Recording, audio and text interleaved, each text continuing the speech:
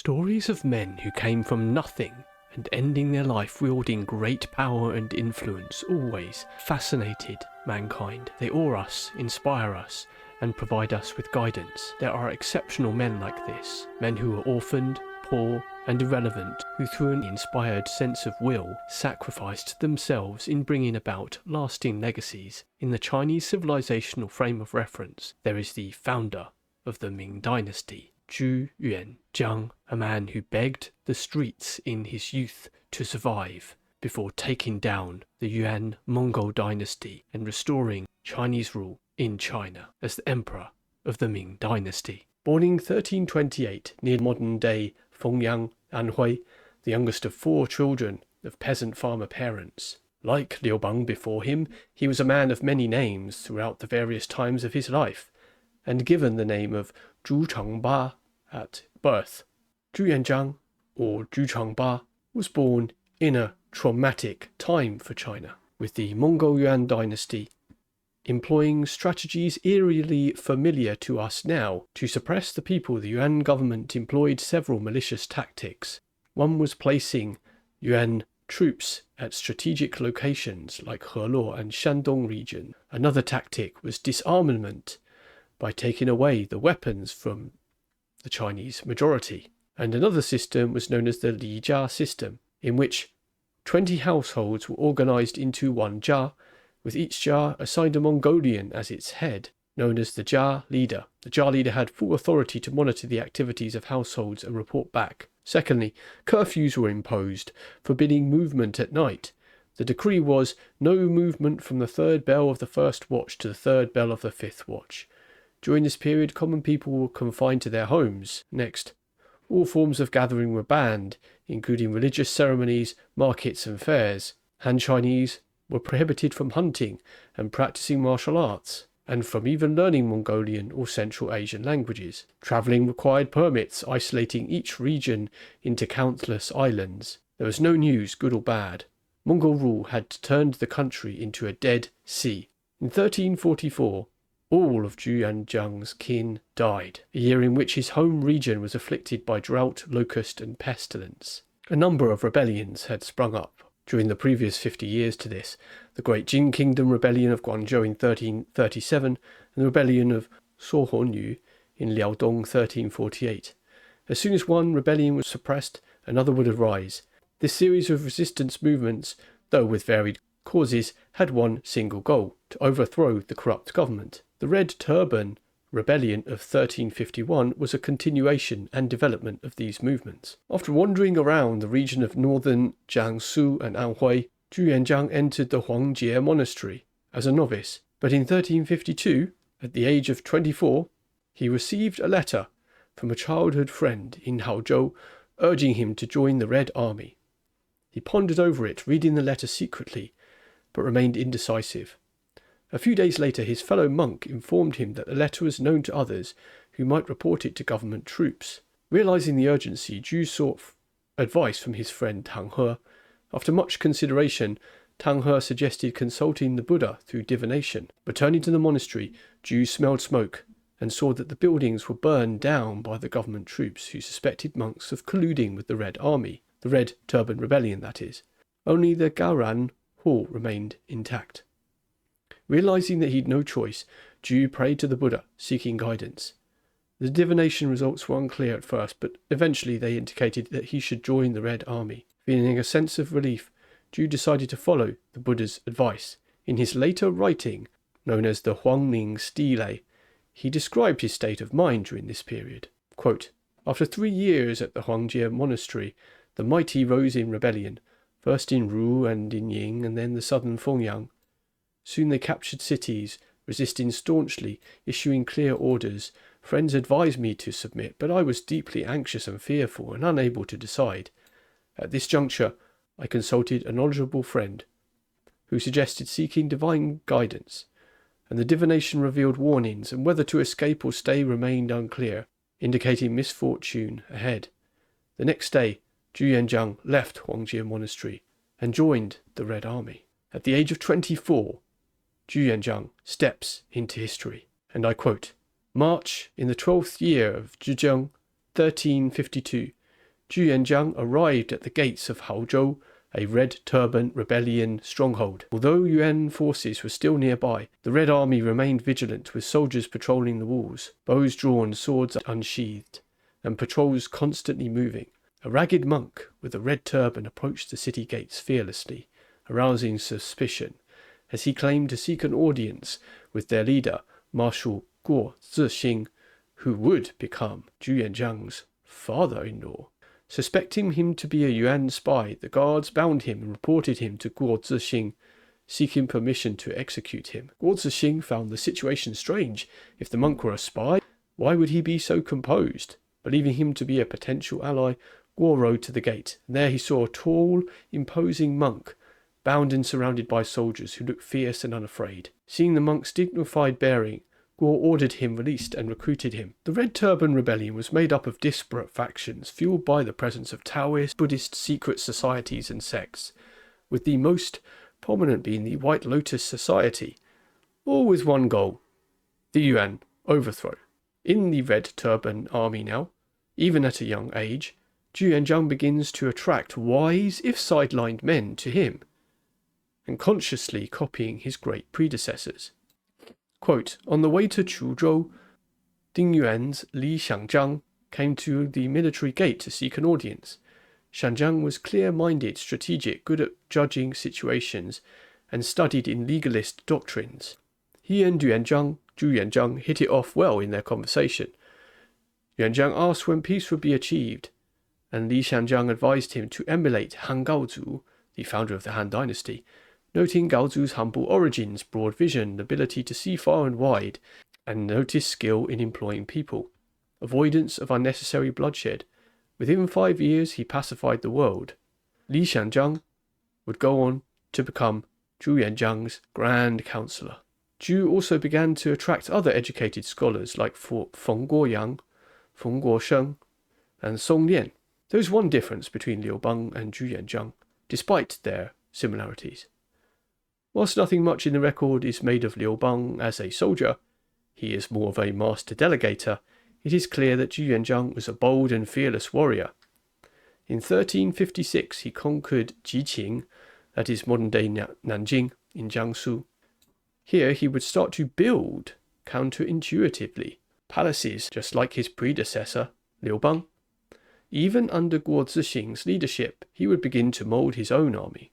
Quote, Zhu Yuanzhang was good at winning people over, not only having a large number of brave, skilled, personal companions like Xu Da, Tang He and other leaders, but more importantly, he had his own organised military force. This part of the army was recruited, trained and organised and commanded by him, occupying a significant proportion of Guo's army. Therefore, although Zhu Yuanzhang only sat in the third rank of leadership, he acted as the main man and made decisions, effectively becoming the de facto commander-in-chief. Just as Liu Bang sat under the mighty tree branches of the Xiang family rebellion early on, he always had his own power base. Guo Zixing, the leader of the Red Turban Rebellion, even married his daughter to him in 1352. When Zhu Yuanzhang was still under Guo Zixing's command, he was once suspected of betrayal by him. During a famine when there was no food, Lady Ma secretly stole some cakes and gave them to Zhu Yuanzhang to eat while holding them on her chest. Because the cakes were very hot, her chest was burnt. In this way, he was able to satisfy his hunger, but she went hungry. Many stories abound about Lady Ma like this, a woman of humble origins, who didn't even have her feet bound, and was teased for having rather large feet. After an initial time in the Buddhist monastery and showing some signs of faith, it would appear that Confucians began to influence Zhu once he gains ground. The Confucian scholars like Li Shi and Tao An asked, "What advice do you have?" Tao said, "Nowadays many heroes have risen, but they are only plundering women, children, jade and silk. General, if you can oppose the ambitions of these heroes, refrain from killing, looting and burning houses, and move east to capture Jiqing, you can accomplish great things." Zhu also appealed to traditions and states far back in time. Quote, Zhu Yuanzhang also intended to utilize the cooperation of gentry and scholars to embellish the theories of Confucianism, presenting himself as a defender of old orders and cultures. While the Red Army remained powerful, he publicly identified himself as a loyal general of the Song dynasty. End quote. That was the dynasty previous to the Mongol-Yuan dynasty. Zhu Yuanzhang also protected figureheads in order to add legitimacy to himself. For example, personally leading the troops to save the little Ming king, and welcomed him to temporarily reside in Chuzhou, constructing temporary palaces and replacing palace attendants with his own people, ensuring strict protection. The little Ming king, nominally emperor, was effectively a captive under Zhu Yuanzhang's protection. As with Liu Bang, men were driven to die for Zhu, for example at the Battle of Lake Poyang, against another of the rising rebellious warlords, Cheng Youliang. In 1363, quote, Zhu Yuanzhang's main tactic was fire attacks. They used cannons to set the enemy's large ships ablaze, and sent ships filled with gunpowder and reeds into the enemy fleet, manned by suicide squads who ignited them, causing massive destruction. It is clear that the men fighting for Zhu Yuanzhang were driven by something more than reason. It is at this point that he could move on from the previous large umbrella of the rebellion and does an about-face on the secret White Lotus society that he had been a part of. The Imperial Edict of Zhu Yuanzhang, now known as the King of Wu, a historic region in the area of Jiangsu, reads, "The dead were strewn across the roads, and cries of suffering reached the heavens. This led to ignorant people to fall for hearsays, unable to understand the deceptive words and to believe devoutly in Maitreya's promise of a utopia to relieve their suffering, forming the incense-burning sect, spreading from the Ru and Ying rivers to the Yellow and Law rivers, with heretical teachings, spreading evil."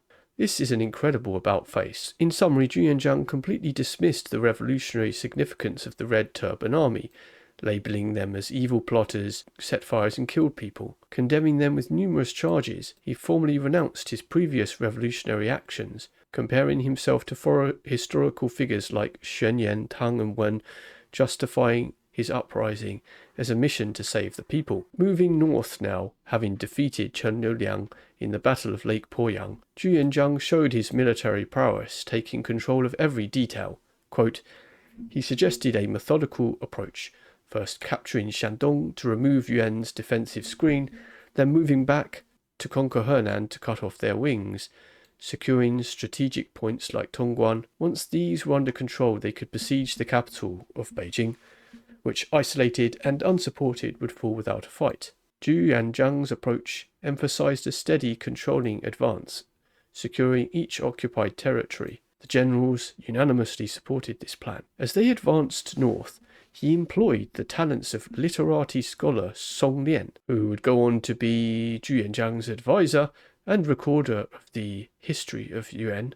Writing the previous dynasty's history, the proclamation is worth reading in full. Since ancient times, emperors have ruled the world, with China at the centre controlling the surrounding barbarians. Never has it been heard that barbarians ruled China to govern the world. Since the fall of the Song dynasty, the Yuan originally northern barbarians have ruled China, and all within the four seas have been subject to them. This was not due to the human effort, but heavenly mandate. At that time, wise rulers and loyal ministers could manage the realm.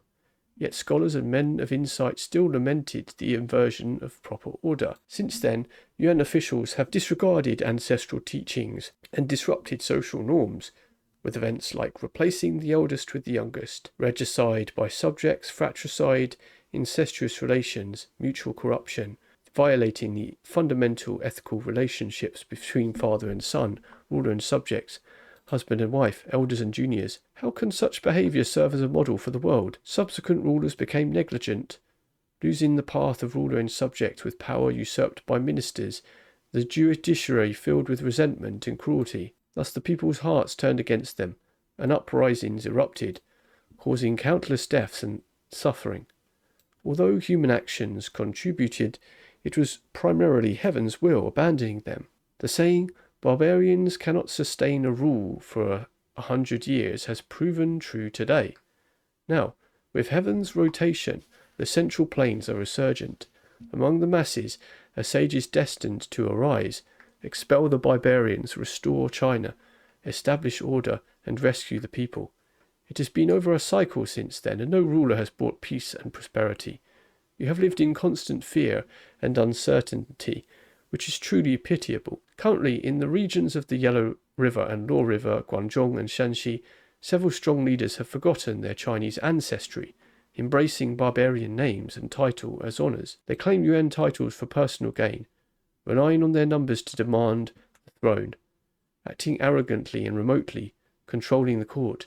Some with fewer forces rely on fortifications and bribes, aiming to grow their strength and wait for opportunities. These are the people of Guangdong and Shanxi.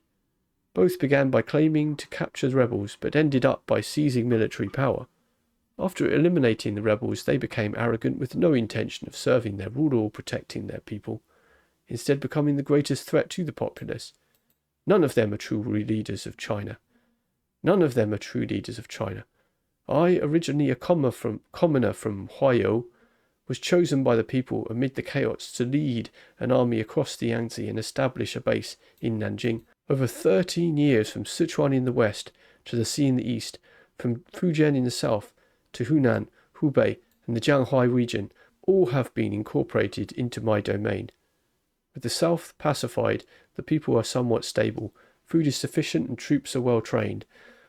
My eyes are on the people of the Central Plains, who have long been without a ruler, causing me deep concern. I humbly accept heaven's mandate, daring not to resist, and intend to send troops north to drive out the barbarians, rescue the people from suffering, and restore the dignity of the Han administration. However, I worry that the people may misunderstand and see us as enemies, fleeing with their families and worsening their plight. Therefore, I proclaim this in advance. When the army arrives, the people should not flee. My commands are strict, and there will be no harm. Those who submit will live in peace in China. Those who resist will be expelled beyond the borders. As the people of China, heaven has destined us to bring peace. How can barbarians govern us? I fear the central land has been tainted too long, and the people are distressed, so I lead my forces to cleanse it, determined to expel the barbarians, end the chaos, and restore order, so the people can live in peace, and the shame of China can be avenged. You, the people, should understand this. Even the Mongols and the Semu people, who are not of Chinese descent, if they can understand propriety and wish to be subjects, they will be treated no differently than the Chinese. The proclamation is for you to understand. It advocates for national revolution, emphasizing this distinction between the barbarians and the Chinese, stressing that China should be governed by the Chinese themselves. The past unfortunate invasion by foreign tribes had upended proper order, and now it was time to expel the barbarians and restore China. These two resounding and appealing slogans marked a significant advancement from the earlier Red Army's aim of restoring the Song dynasty, which focused narrowly on reinstating a forgotten royal family. A return to the past, towards the broader goal of national independence. Such a rallying cry naturally garnered widespread support from the populace, especially resonating with Confucian scholars and the gentry. Quote, thus the impact of this proclamation assured the northern Confucian scholars and gentry, who realized that they were no longer targets for destruction. For the first time in Chinese history, the south had conquered the north. But now, in governance, what did Zhu Yuanzhang do? Well, he learned from the lessons of the Yuan dynasty's fall and other past dynasties by enforcing strict control over religion, now confining Buddhism to the mountains and separating it from the masses. He used his own sons and adopted sons to keep military generals in check, gradually centralizing military power. The name of the dynasty would be crucial too. The name, eventually decided upon, the Great Ming, was the result of careful consideration. Historic dynasties' titles usually had specific names, connecting them with their geographic areas, and sometimes had symbolic meanings. The Great Ming belonged to this category, deriving from the Ming cult that had brought about the Red Turban Rebellion. The Ming cult had prophecies of the appearance of the Ming king. Over 5 centuries of public and secret dissemination, these prophecies became well known and believed by the people. This belief was intertwined with Buddhist practices of Maitreya's advent, making Maitreya and the Ming king dual saviours in popular lore. Han Shantong declared himself the Ming king, and after his death his son Han Ning became the Little Ming king, Minor Ming king, who Zhu Yuanzhang had put into house arrest, mentioned earlier. Zhu Yuanzhang, originally a subordinate of Han Ning under Guo Zixing, claimed the title after Han's death, and named his dynasty the Great Ming. Zhu Yuanzhang's subordinates were divided into 2 systems: the original remnants of the Red Army, the Red Turban Rebellion Army, and Confucian scholars. The adoption of this national title satisfied both groups. He also copied the Qin Empire and what they did with former noble families, making landlords leave their original lands and concentrating them in places like Haozhou, the capital of the time of Nanjing, thereby uprooting them from their local influence. Zhu Yuanzhang then went about spending 20 years conducting large-scale land surveys and population censuses, achieving what several dynasties and politicians had failed to do in 600 years, resulting in land registers that did not match actual conditions. Now, Zhu needed a new academic basis for his power. He decided to cultivate new talent using his own methods. He resolved to create a new wheel, the Guo Zijian, so-called National Academy, to train large numbers of new bureaucrats. Life in these Guo Zijians was strict, with every aspect of the student's life controlled. The subject matter of these institutions were the imperial edicts, the laws of the Ming dynasty, the 4 books and 5 classics of Confucianism compiled by Zhu Xi. Securing the frontier had always been a crucial matter to deal with in China. Zhu Yuanzhang went for garrison farming, inspired by the Han dynasty's Zhao Chongguo's methods of opening frontier farms. Some of the soldiers guarded, while others farmed to reduce transportation costs and ensured ample military provisions, aiming for self-sufficiency. For dynastic organisation, Zhu Yuanzhang referred far back to the Zhou organisation.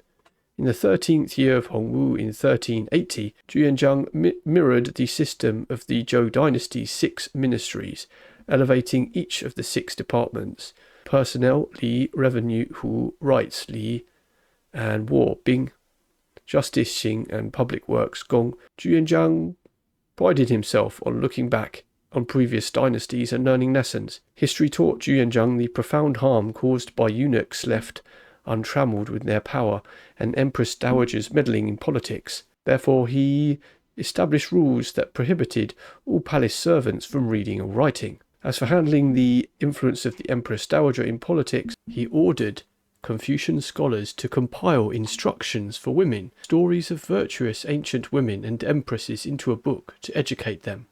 Unfortunately, Zhu's power cut close to him, with family members being caught up in his purges, and many of the capable men he'd raised with him. Yebo Zhu was imprisoned in the 9th year for writing simply a memorial criticising excessive punishment, saying, and I quote, "Even the most virtuous and wise will falter if harshly treated for minor occasions. Hence, the current reliance on punishment must be reconsidered." The Han dynasty relocated noble families to imperial tombs without penalizing them. Now, sending criminals to the imperial tomb in the Fengyang fills it with resentment and suffering, which is not a respectful way to honor the ancestors. Zhu Yuanzhang was furious upon reading this.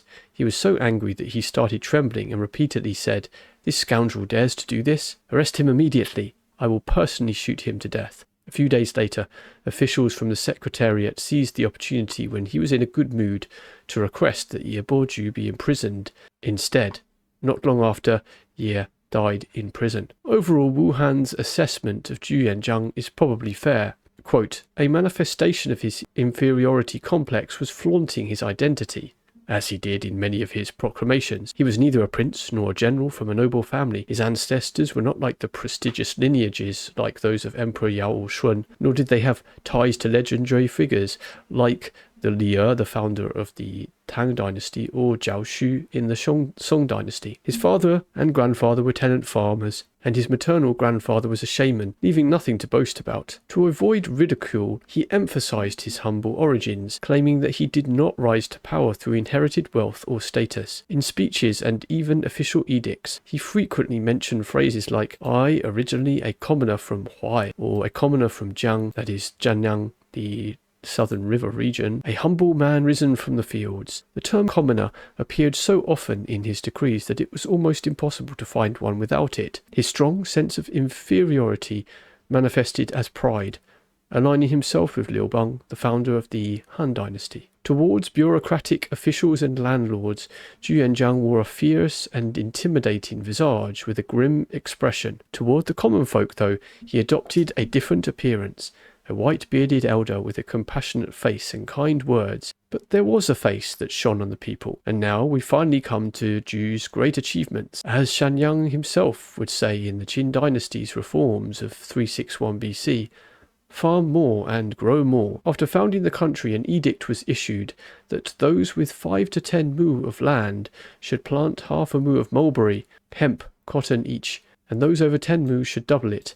In his later years, he instructed the Minister of Revenue to encourage people to plant mulberries and jujube trees on unused land. Exemption from taxes was granted for cotton planting, leading to its widespread cultivation across the nation. Linen, worn by commoners in the past, was gradually replaced by cotton cloth. Secondly, water conservation was encouraged, with people being urged to suggest all measures for irrigation. Picture this. In some ways, it sounds like the ideal countryside life. During spring ploughing and autumn harvest, if one family was unable, the 100 families would help that they were grouped with in the Li Jia system. In each village there was a wooden bell, and the elderly were chosen to preach 6 times a month. Each li had a drum. Li is a measurement of distance in Chinese, with the agricultural and sericultural affairs of the day, and early in the morning the drum was struck to urge people to get up to work. If there was any laziness, the village elders would be responsible, and those who neglected their duties would be punished. It appears that Zhu Yuanzhang enjoyed the loyalty of a decent wife, who sometimes held his extreme side back. His wife, Lady Ma, had been married to him by his former ally back in his red turban days. Zhu Yuanzhang often praised her virtue to his ministers, recalling the incident of the freshly baked cakes. He even compared her to the Empress Jiang Sun of the Tang Dynasty. Upon returning to the palace in casual conversation, she would modestly say, how could I compare to Empress Jiang Sun? At the same time, she was no bleeding heart, as this story shows. Quote, Li Xiyan, a tutor to the princess, her children, had a peculiar temperament and was accustomed to teaching rural children. When the princes were mischievous and disobedient, he often used corporal punishment. Once he struck a young prince's forehead, leaving a large bump. The prince cried and complained to his father. Zhu Yuanzhang, upon seeing the injury, grew angry, but the empress intervened, saying, "The tutor uses the sagest principles to teach our children. How can we be angry?" Yuanzhang then calmed down and did not take the matter to heart. It is at times amazing to see how self-aware Zhu Yuanzhang was in his later life. His analysis of the Chu-Han contention was spot on. He considered Emperor Gaozu of the Han to be the ideal role model, encouraged by Li Shanchang to emulate him. Zhu Yuanzhang often read the Book of Han. After defeating Chen Youliang and gaining momentum, Zhu Yuanzhang remarked to his advisor, Kong Keran, Qin's tyranny allowed Emperor Gaozu, a commoner, to rise by treating his subordinates leniently and becoming emperor. Now, many more warlords have emerged, but they do not understand governance and military administration, which is why they fail. He also analyzed why Liu Bang defeated Xiang Yu. Quote, discussing Emperor Gaozu's rise from a commoner, Zhu Yuanzhang credited his success to knowing how to use people, contrasting him with Xiang Yu, who relied on personal prowess and arrogance. Zhu Yuanzhang noted that Gaozu's humility and tolerance led to his victory. Starting with nothing but his own abilities, he lost all 3 brothers and several cousins in the year of Renchen.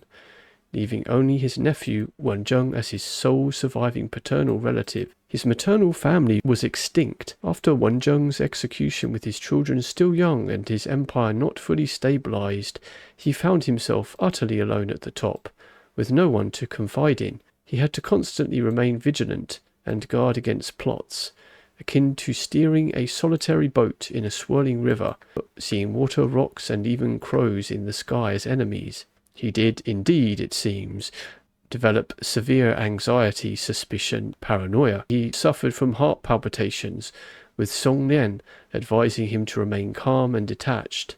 He often had high fevers. The selection of the eventual capital took much discussion and is worthy of repeating, given its significance to the Ming fall later on. Discussions were varied and referenced historical precedent. Some people suggested the capital of Luoyang, citing its historical prominence.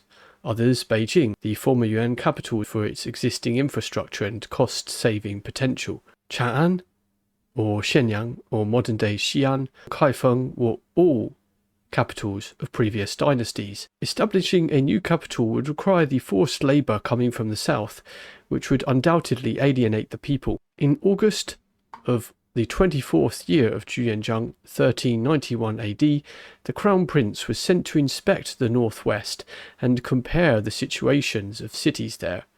Upon his return, he presented maps of Shanxi and offered his views. Unexpectedly, and sadly, the crown prince passed away in April of the following year, causing the relocation plans to be temporarily shelved. Zhu Yuanzhang took every measure he could to ensure smooth transfer of power, even allowing the crown prince to make decisions for him in later years. Just when everything seemed settled and the crown prince's education and political training had become satisfactory, Zhu Yuanzhang had believed that he could entrust the dynasty's stability to him.